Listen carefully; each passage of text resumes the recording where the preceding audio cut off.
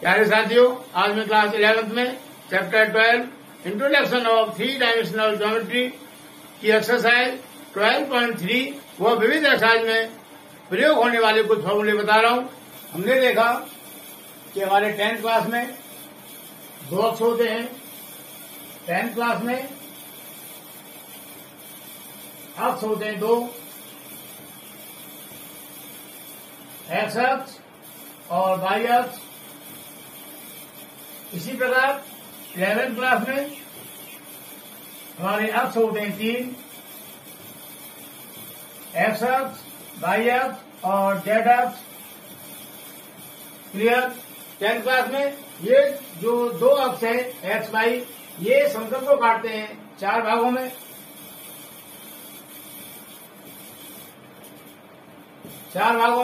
इनको बोलते हैं हम प्रथम चतुर्थांश,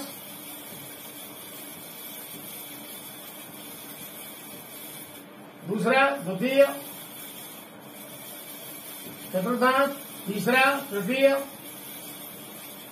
चतुर्थांश और चौथा चतुर्थांश। क्लियर। इसी तरीके से हमारे 11th क्लास में ये जो तीन अक्ष होते हैं एक्स वाई जेड, ये तल को काटते हैं आठ भागों में।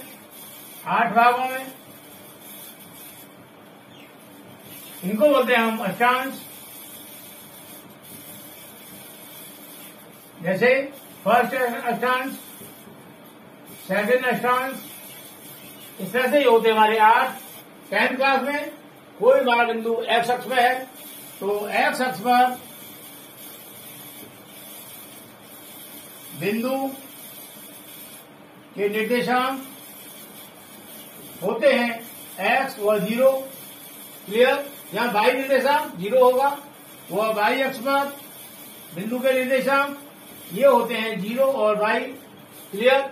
हमारा बिंदु जिस अक्ष पे है उसी के कोऑर्डिनेट होंगे, दूसरे के जीरो होंगे। एक्स अक्ष में है तो एक्स कोऑर्डिनेट होगा, वाई कोऑर्डिनेट जीरो होगा।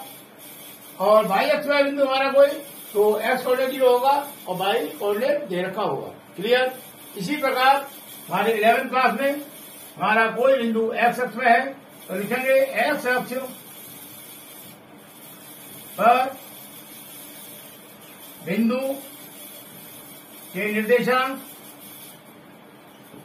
मैंने भी कहा कि जिस अक्ष पर कोऑर्डिनेट होता है उसका कोऑर्डिनेट होता है, बाकी के जीरो होते हैं। तो ये हो जाएगा एक्स जीरो और जीरो। यहाँ हमारे अक्ष है एक्स वाई जेड, तो एक्स कोऑर्डिनेट हो गया एक्स अक्ष के लिए और वाई और जेड कोऑर्डिनेट जीरो हो जाएंगे। इसी प्रकार वाई अक्ष पर बिंदु के निर्देशांक ये हो जाएंगे जीरो, वाई व जीरो। क्लियर। और जेड अक्ष पर बिंदु के निर्देशांक अब आता है 11th क्लास में तल। हमारे तल इसमें तीन होते हैं। कौन कौन से? एक्स वाई तल, एक वाई जेड तल और एक जेड एक्स तल। क्लियर। अब आते हैं इन तल में अगर कोई बिंदु है तो उसके कोऑर्डिनेट क्या होंगे? तो लिखेंगे एक्स वाई तल में बिंदु के निर्देशांक इक्वल टू ये हो जाएंगे एक्स वाई व जीरो। यहां पर जेड नहीं आ रहा तो जेड कोऑर्डिनेट जीरो हो जाएगा। इसी प्रकार वाई जेड तल पर बिंदु के निर्देशांक, यहां एक्स नहीं आ रहा तो एक्स कोऑर्डिनेट जीरो हो जाएगा, जीरो वाई व जेड। क्लियर। इसी प्रकार जेड एक्स तल में बिंदु के निर्देशांक, यहां पर वाई नहीं आ रहा तो वाई कोऑर्डिनेट जीरो हो जाएगा, ये एक्स जीरो और जेड। क्लियर। 10th क्लास में हमारे दो बिंदु है, ये कोऑर्डिनेट दे रखे हैं x1 y1, हमारा ये ए पॉइंट है और ये पॉइंट बी है, इसके कोऑर्डिनेट है x2 और y2। हमें निकालनी है इन दोनों बिंदुओं के बीच की दूरी, डिस्टेंस d। तो ये हो जाती है स्क्वायर रूट में x2 माइनस x1 का whole square plus y2 minus y1 का होल स्क्वायर। क्लियर। यहाँ पर हमारे दो बिंदु हैं x और y। 11th क्लास में क्या हो जाते हैं? तीन हो जाते हैं, एक्स वाई और जेड। माना हमारे तल में दो बिंदु हैं, एक ये, इसको नाम दे दिया हमने ए, इसके कोऑर्डिनेट है x1, y1 और z1, क्लियर। और दूसरा बिंदु हमारा ये बी, इसके कोऑर्डिनेट है x2, y2 और z2, क्लियर। इन दोनों का निकालिए बीच की दूरी d, तो यहां हो जाएगी d equal to square root, ये जितना है 10th वाला तो सेम आ जाएगा यहाँ, x2 माइनस x1 का whole square plus y2 minus y1 का होल स्क्वायर प्लस, अब यहाँ z पॉइंट और है, जैसे तीसरा कर देंगे हम z2 माइनस z1 का होल स्क्वायर, क्लियर। तो ये हो गया दो बिंदुओं के बीच की दूरी का formula, b equal to square root x2 minus x1 का whole square plus y2 minus y1 का whole square plus z2 minus z1 का होल स्क्वायर, क्लियर। अब आता है आगे हमारा कोई रेखाखंड है ए बी, इसके कोऑर्डिनेट है x1 और y1 और b के हैं x2 और y2, कोई बिंदु हमारा ये p है, ये p बिंदु ए बी रेखाखंड को अंतर्भाजन कर रहा है, अंतः विभाजन, क्लियर। ये जो अंतर्विभाजन है इसका रेशियो है m, रेशियो n, mm। माना हमने p के कोऑर्डिनेट मान लिए x और y, तो ये p के कोऑर्डिनेट जो x y होंगे वो क्या होंगे ये निकालना है हमको। तो x का हो जाएगा m x2 plus n x1 upon m plus n, इसमें हम करते हैं उल्टा, जब n लेंगे तो x2 आएगा, क्योंकि ये बिंदु P है, P से लेफ्ट साइड में n है और ये जो कोऑर्डिनेट रखे हैं x2 y2 ये राइट साइड में है, तो उल्टे हो गए ना आपस में, इसके साथ में आएगा ये और n के साथ में ये आएंगे इधर से, तो ये हो गया हमारा x coordinate n x2 plus n x1 upon n plus n, और y कोऑर्डिनेट क्या हो जाएगा बिंदु P के लिए, x में या x आएंगे और y में y आएंगे, m और n सेम होगा, तो ये हो जाएगा m y2 plus n y1 upon n plus n, clear. ये हो गया हमारा 10th क्लास में।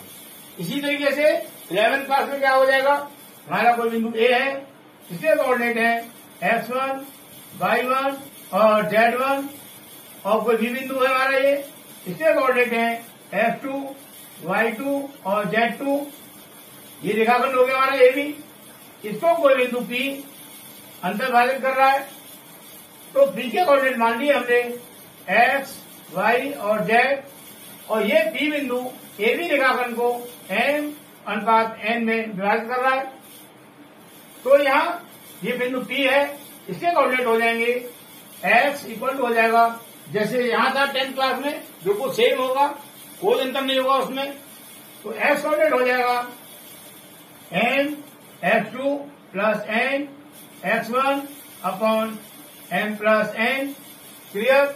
y कोऑर्डिनेट हो जाएगा m y2 plus n y1 upon n plus n, clear. और z कोऑर्डिनेट हो जाएगा x कोऑर्डिनेट के लिए यहाँ x2 और x1 आए, y के लिए y2 और y1 आए, तो z के लिए क्या हो जाएगा, z के लिए हो जाएगा z2 और z1, क्लियर। तो ये हो जाएगा z coordinate m z2 plus n z1 upon n plus n, clear. ये हो गया हमारा अंतर विभाजन के लिए, अंतः विभाजन के लिए हो गया, क्लियर। हमारे 10th क्लास में सिर्फ अंतर विभाजन है, y विभाजन नहीं है, लेकिन 11th क्लास में y विभाजन भी आ जाता है, तो y विभाजन के क्या होंगे, y विभाजन के लिए s कोऑर्डिनेट हो जाएगा, ये सेम आएगा, इसमें कोई बदलाव नहीं होगा, सिर्फ हमारा प्लस के जगह पे माइनस साइन आएगा, क्लियर। तो ये हो जाएगा m x2 minus n x1 upon m minus n। इसी प्रकार y कोऑर्डिनेट हो जाएगा m y2 minus n y1 upon m minus n, clear. और जेड कोऑर्डिनेट हो जाएगा M Z2 minus N Z1 upon M minus N. Clear, बिल्कुल same है, सिर्फ ये जेड वाला जो कोऑर्डिनेट है ये बढ़ रहा है, एक्स वाई वाले तो सेम है हमारे। क्लियर, अब आता है मध्य बिंदु का निर्देशांक। तो हमारा 10th क्लास में होता था, ये हमारा कोई ए पॉइंट है और ये कोई बी पॉइंट है, इन दोनों से रेखाखंड ए बी बनता है। ए के कोऑर्डिनेट है x1 और y1 और बी के कोऑर्डिनेट है x2 और y2। तो यहां हमारा कोई मध्य बिंदु हमारा सी है, सी के कोऑर्डिनेट हमने मान लिए x और y। क्लियर, तो सी का x कोऑर्डिनेट हो जाएगा x1 plus x2 upon 2। Clear, और y कोऑर्डिनेट हो जाएगा y1 plus y2 upon 2। Clear, इसी प्रकार आते हैं 11th क्लास के लिए। ये हमारा कोई ए पॉइंट है, इसके कोऑर्डिनेट है x1 y1 और z1, और ये कोई बी पॉइंट है, इसके कोऑर्डिनेट है x2 y2 और z2। इन दोनों बिंदुओं को मिलाने से हमारा बनता है रेखाखंड ए बी। क्लियर, ये हमारा कोई बिंदु सी है, ये सी पॉइंट ए बी को दो भागों में बांटता है, तो ये मध्य बिंदु हो गया। हमने मान लिया बिंदु सी के कोऑर्डिनेट एक्स वाई और जेड। तुम्हारा एक्स कोऑर्डिनेट हो जाएगा बिंदु सी के लिए x1 प्लस x2 अपॉन 2, जो हमारा 10th क्लास में था, दोनों सेम है, कोई अंतर नहीं है। इसी प्रकार y कोऑर्डिनेट हो जाएगा y1 plus y2 upon 2। Clear, और यहाँ जेड पॉइंट और है, तो जेड पॉइंट हो जाएगा हमारा z1 plus z2 upon 2। Clear, मैं 10th क्लास के इसलिए बता रहा हूं साथ साथ कि हमें याद करने में बहुत ही आसानी रहेगी, बहुत ही सुविधा रहेगी। अब आता है हमारा कोई त्रिभुज है ABC, बिंदु ए के निर्देशांक है x1 और y1, बिंदु बी के कोऑर्डिनेट है x2 और y2, और बिंदु सी के कोऑर्डिनेट है x3 और y3। क्लियर, ये ए पहला पॉइंट है, इसमें 1 1 आ गया, बी दूसरा पॉइंट है, इसमें 2 2 आ गया, और सी तीसरा पॉइंट है, यहाँ 3 3 आ गया। हमें निकालने इसके केंद्रक के निर्देशांक।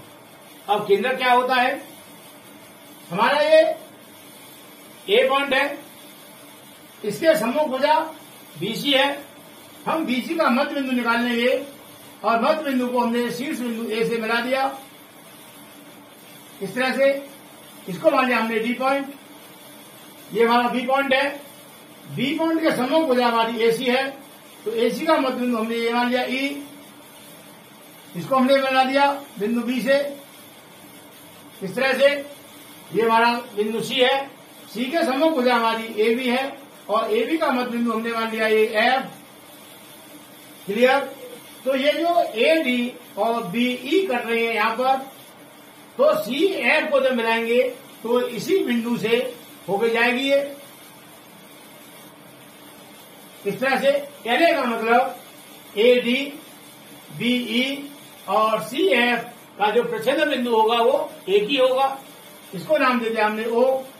तो ये ओ पॉइंट होगा, ये जो ओ बिंदु है यही हो जाएगा त्रिभुज ए बी सी का केंद्रक।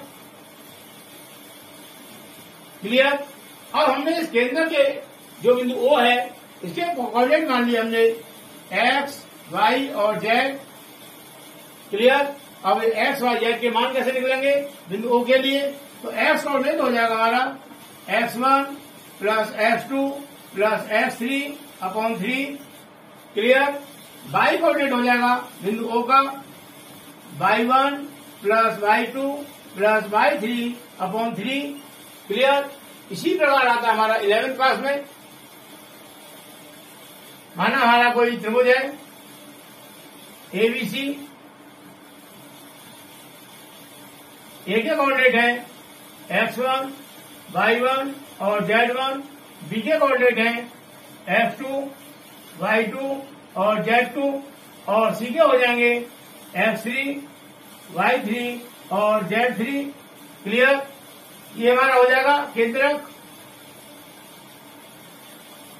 ये डी पॉइंट हो गया।